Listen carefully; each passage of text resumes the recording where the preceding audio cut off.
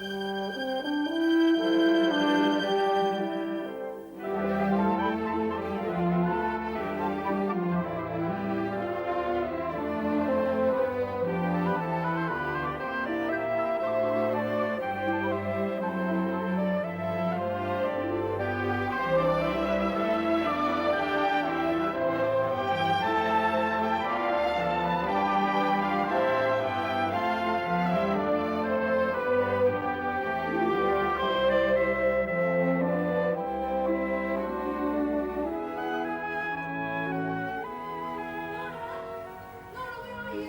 the schoolroom. Do you want to come down to the kitchen garden? What for? To pick some raspberries. We're going to have raspberries and ice cream tonight to welcome Daddy back. Oh, you girl, I'm trying to find Burgos on this thing. What's Burgos? Town in northern Spain. General Franco's headquarters. Manfred says it's where we'll be getting our supplies and things for the field hospital. Do you think you really will? What do you mean, think? Of course we will. Oh, I thought Manfred said you'd only be able to go as long as you get your visas or something. Well, that's quite true, Vicky. But there won't be any hitches. Manfred's family are very influential in Spain. They'll fix it. Oh, I see. Well, if you really want to know where that place is, there's a map of Spain in the Times today. It's got arrows pointing to where the fighting's going on in the north. Why didn't you say so? Oh, I am saying so now. I've just remembered. Well, where is the Times? We're in the hall on the piano. Come on, I'll show you where they're going.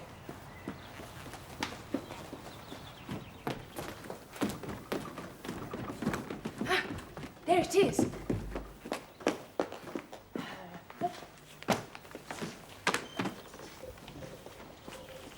Oh, good morning, Mrs. Gates. Oh, Miss Vicky. Now, I wonder if you could tell me whether Miss Liz is expected back today. Only Nanny didn't seem sure, and I'll have to know, you see, because of the meals. Well, I think Mrs. Cartland's going to drive her over sometime during the day. I'm not sure when. Perhaps I should ring up and ask. Oh, I wish you would, miss. Only Gates has had a wire from the commander, you see, to meet him off the train in time for dinner this evening. So, well, I'll have to know how many there'll be. Yes, of course. Well, I'll give her a ring and find out what's happening. Oh, very good. Thank you very much, Miss Vicky. Here it is, Burgos. Look.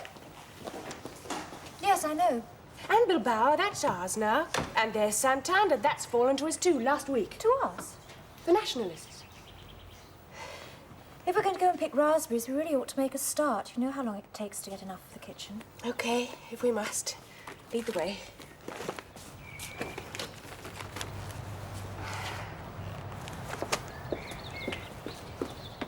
Oh, aren't those lovely? Will these be enough? Oh, yes, plenty, thank you, Miss Vicky. Oh, and Laura, she helped too. Oh, yes, of course, Miss Laura too, thank you. I didn't pick many, much too lazy. Well, well, they are beauties. I think these autumn raspberries are even better than the summer. Oh, what did Kate say they were called? Belle de Fontenay. Oh, they're lovely this year. Gates says it's because you had the dry summer last year. Come on, Nanny. You have some while there's still some left. Don't spoil my Oh, what lovely, juicy raspberries, I must say. Annie, what about you? Will you not have some? Oh, yes, Mrs. Gates. You must have some too. No, thank you, love. No, there won't be any left for tonight's dessert if I do. We had several on the way back from the kitchen garden. Speak for yourself. Come on, one more each, and then stop. Right. That one. Too many of these will bring you girls out in spots. Don't see I didn't warn you. Oh, what rubbish. I bet that's just a big lie made up by nannies to stop children eating all the fruit. Yes, in case there won't be enough for the grown-ups' dinner parties. That's right. Oh, I'll go. So, when are you leaving us to go off to your war in Spain, young lady? Oh, it depends when they get the permit through. Should be any day now. I don't like the idea. Wars are for men to fight in, not we girls. Well, not exactly we. And I'll be nursing Nanny, not fighting. Well, I think you're very plucky, Miss Laura. I do, really. I mean, going out there with all that bombing and shelling and people getting wounded. Ooh, I wouldn't like to do that. But then, I'd never make a nurse. I can't stand sight of blood. I know it's not our war, but it's very important for England, you see, to help keep all the European countries from going Bolshevik. Communists don't believe in God. Hey. They shoot priests and torture nuns. Never. They do, honestly. Manfred told me. But you're going out there to help nurse the sick and the wounded, aren't you? I mean, that's what you're going out for. To help fight against human suffering. That's right, especially nationalist suffering. Manfred's people, the ones trying to save their country from communism. The good people. Better go and find Vicky. She's not the same wee Laura that came here last summer, and that's a fact. Oh, a lot can happen to a girl in a year, Nanny. She's growing up.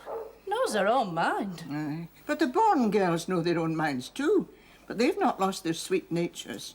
Peter will. And he can dine with us. Lovely.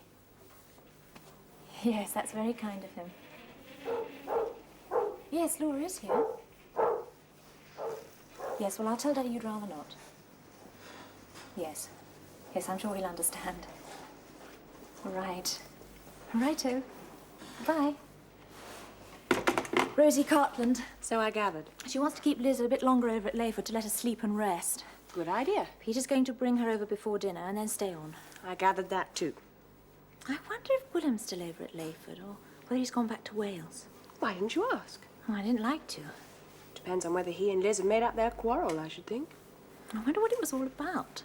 Well, you know, don't you? We both do. Oh, we were only guessing. And guessing right. Well, what else would they be arguing about alone in a tent at 3 o'clock in the morning? Yes, I suppose so. Oh, well, it's none of our business, is it? Not really. Certainly not mine.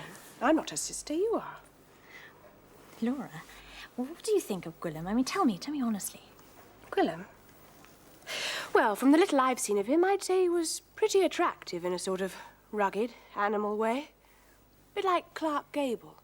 Only smaller and Welsh, of course, which is different. And he's definitely got bedroom eyes. Oh, I think he's terribly nice and very funny. He makes me laugh. Yes, but he's not the sort of young man one marries. Well, Liz isn't a one. She's not like that. She's an ordinary person.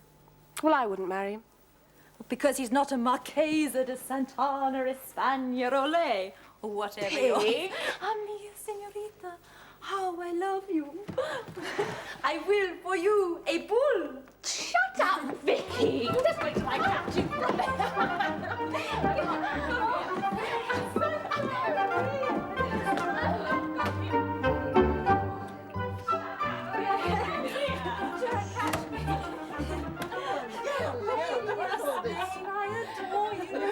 Not to insult my friend. Children, will you behave yourself? Now, shut up. You're rampaging in my schoolroom. Stop it now. Calm down like good girls. Come.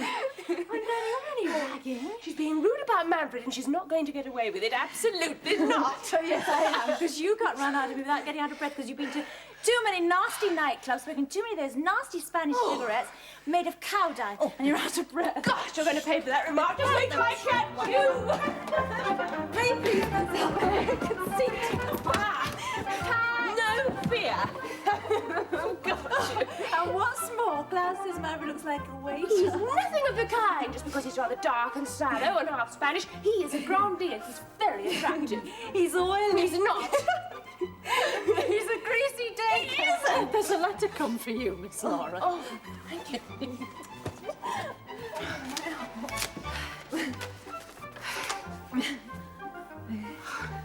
Shall I read what he says? Manfred? Yes. Oh, if you like, if it's not too private. Dear Laura, all the papers are now in order, and Michael Barrow and his sister have got permission from their parents to go. So with you, our party is complete. We sail from Tilbury Docks next Friday to Santander. After that, we shall go where we are directed, probably along the coast to the west, the Asturian front. Ring me up as soon as you return to London. My love, Manfred. I'm going, Vicky. I'm going to Spain. I'm going. Why isn't she here? Because Mrs. Carton wanted her to sleep in and rest after... After what? Well, after getting lost in the floods and everything, and the long journey back. Well, why couldn't she come back here to rest, in her own home where she belonged? Well, you weren't here, Daddy, and I think Liz wanted to be with Mrs. Cartland, who understands her. I don't understand her, I suppose. I do happen to be her father. Yes, Daddy, I know, but you were in Portsmouth, where you had to be, and I think Liz looks on Mrs. Cartland as a kind of mother. Yes. Yes, I know she does. I should never have agreed to her going traipsing off into the blue in the first place. Should have known it would end in tears. Well, I think Gwilym's awfully nice. It was just that he and Liz had a silly old quarrel. Yes, we know all about that. Anyway, Mrs. Cartland rang up. Peter's going to bring Liz over before dinner, and I've asked him to stay because he's got some news about Jack and Phyllis. I thought you might like to hear it. I see. Well, is anybody else coming? No, just Peter. And Liz, of course. Sort of family, really. Do you mind? Well, where's the Welshman? Oh, Daddy, I do wish you wouldn't keep calling him the Welshman or the Welsh creature. He's got a name. All right. Well, where's Dr. Gwilym Meredith Jones? I don't know. Oh, Daddy, you're not cross with me, are you? Please don't be. No. Just so long as you haven't invited half the county to dinner. Of course not, I told you. Are you quite sure you haven't invited Mr. and Mrs. Adrian Hedges? No, Daddy, not Mr. and Mrs. Hedges. Oh, I tried them, but they couldn't come. They're going to Sandringham for the weekend. Oh, what a relief. Oh, I knew you'd be tired after Portsmouth, but I did think we ought to ask Peter, because he's bringing Liz over, and Laura's here. Yes, that's quite right. We have a nice family reunion. Now, would you just be quiet for a moment while I read one of my letters?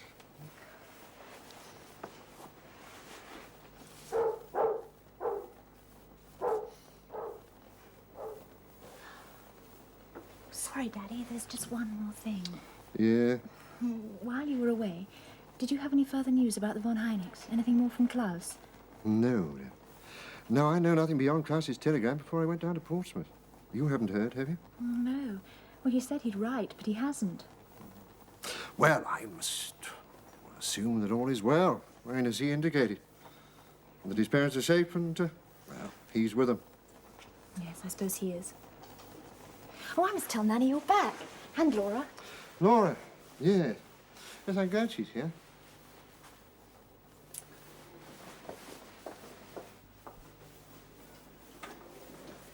Did you tell him about me?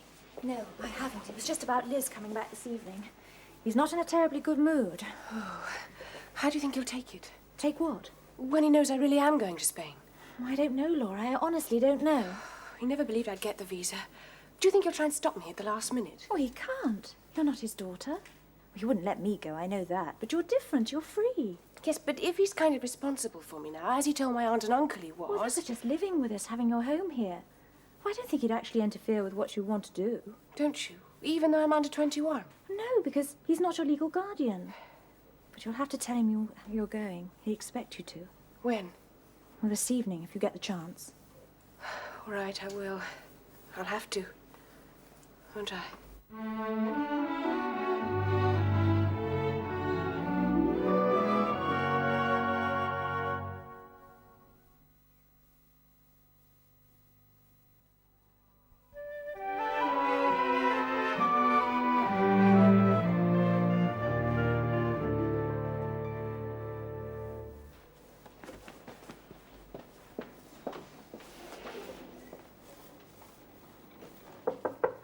No, come in, Vicky. I was just... Sorry, but it's me.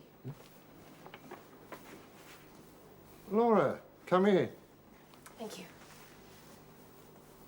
Something you want? Could I talk to you? Yes, I should think so. Would you like a drink?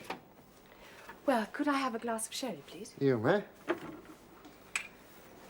All right.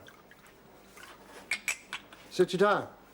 Be careful not to crumple that pretty dress you're wearing. Thank you. No, I won't crumple it. Now then, what can I do for you?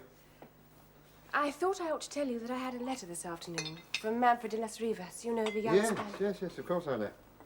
Yes, well, apparently his ambulance unit is complete now, and he's got all the necessary papers and permits, and we're to sail next Friday. Are you?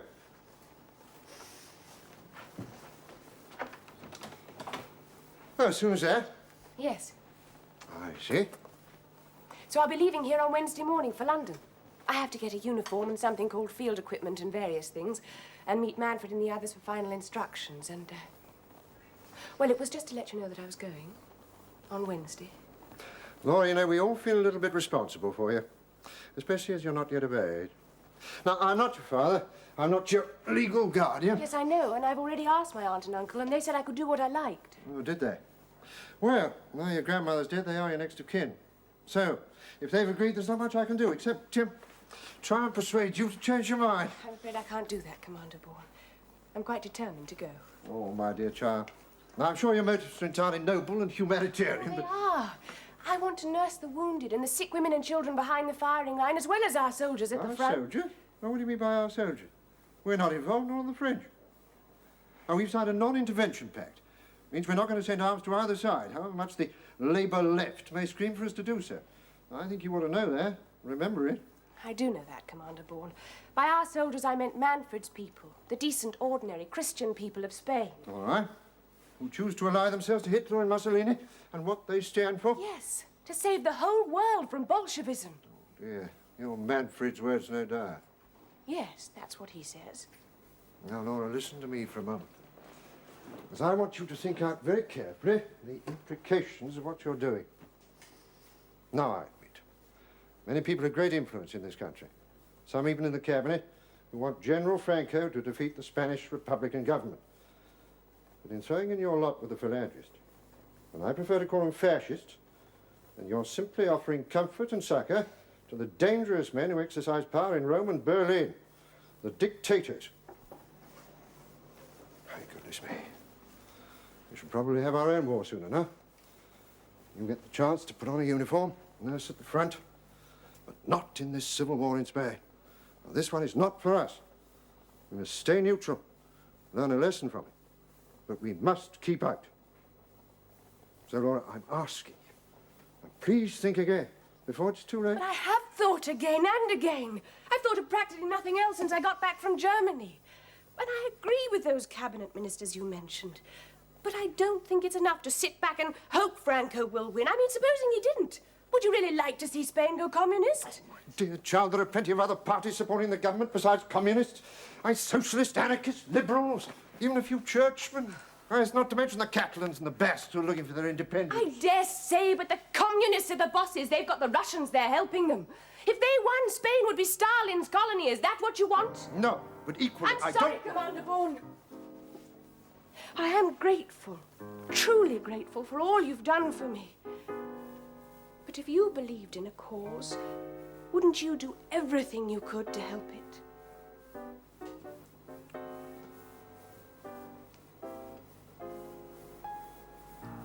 All right, Laura.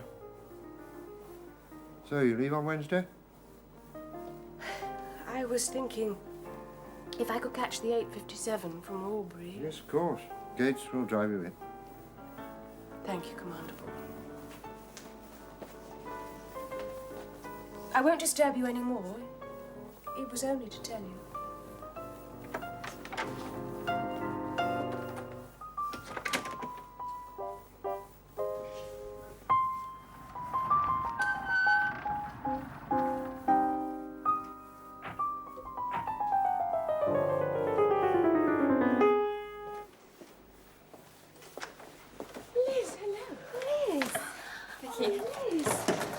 One long-lost older sister, safe and sound. Well, I'm back. Where's Daddy? We're in the study. You'll be so pleased to see you. Do go in.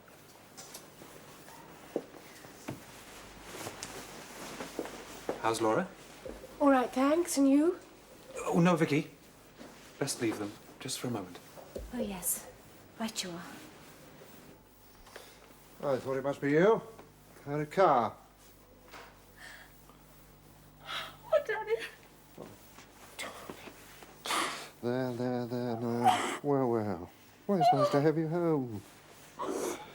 Yes, we were all worried about you. There's a rotten end to your digging holiday, isn't it? I'm glad you're all right. Oh, now, come along. Come on. Now, why don't you go upstairs, change into something for dinner. Nanny's put some things out for you. And we'll have a nice long talk later on.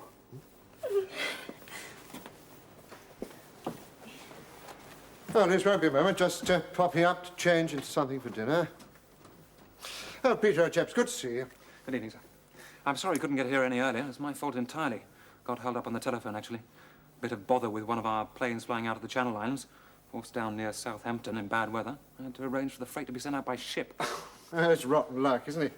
Well, how are things otherwise? Oh, fine. Oh, I heard from Nice today. Jack's hard at work already. And Phyllis seems to be enjoying the sunshine and bouillabaisse. That's splendid. Oh, by the way, thank you very much for bringing Liz home. I'll telephone Rosie in a moment. Isn't Laura's news exciting, Peter? Yes. Now, why don't you come and tell me some more about Nice? Well, I was thinking, Laura, you could have Liz's old camping equipment. Well, there's a flea bag and a The nut- less you say to Peter about me in Spain, the better. Do you mind, Vic? Sorry. Gosh, I hope Liz won't be too long changing. I'm starving. Well, I think she's rather got out of the habit of changing in the last month or so, you know? Out of practice. Right. Been living rough far, Liz.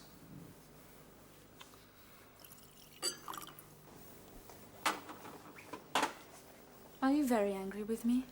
Oh, there's no point in going over old ground. Oh, you're back and safe. That's the main thing. Now, whatever happened between you and Gwilym, whatever made you quarrel, part company with the fella, well, that's your affair. None of my business. Oh, my dear child. All I want to be sure of, and how many times have I said this before, is that you're reasonably happy. Are you? Well, I'm still in a bit of a muddle about lots of things.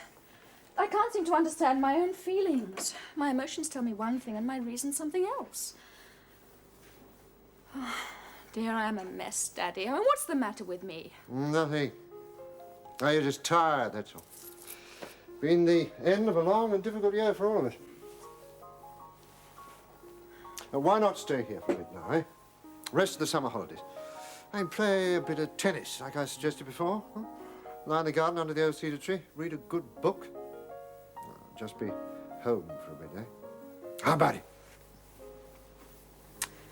I don't deserve you. Oh, rubbish. Now then, how about an early bed, Doctor? Huh? Just for tonight?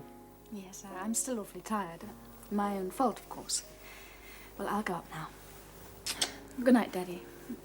It's lovely to be home.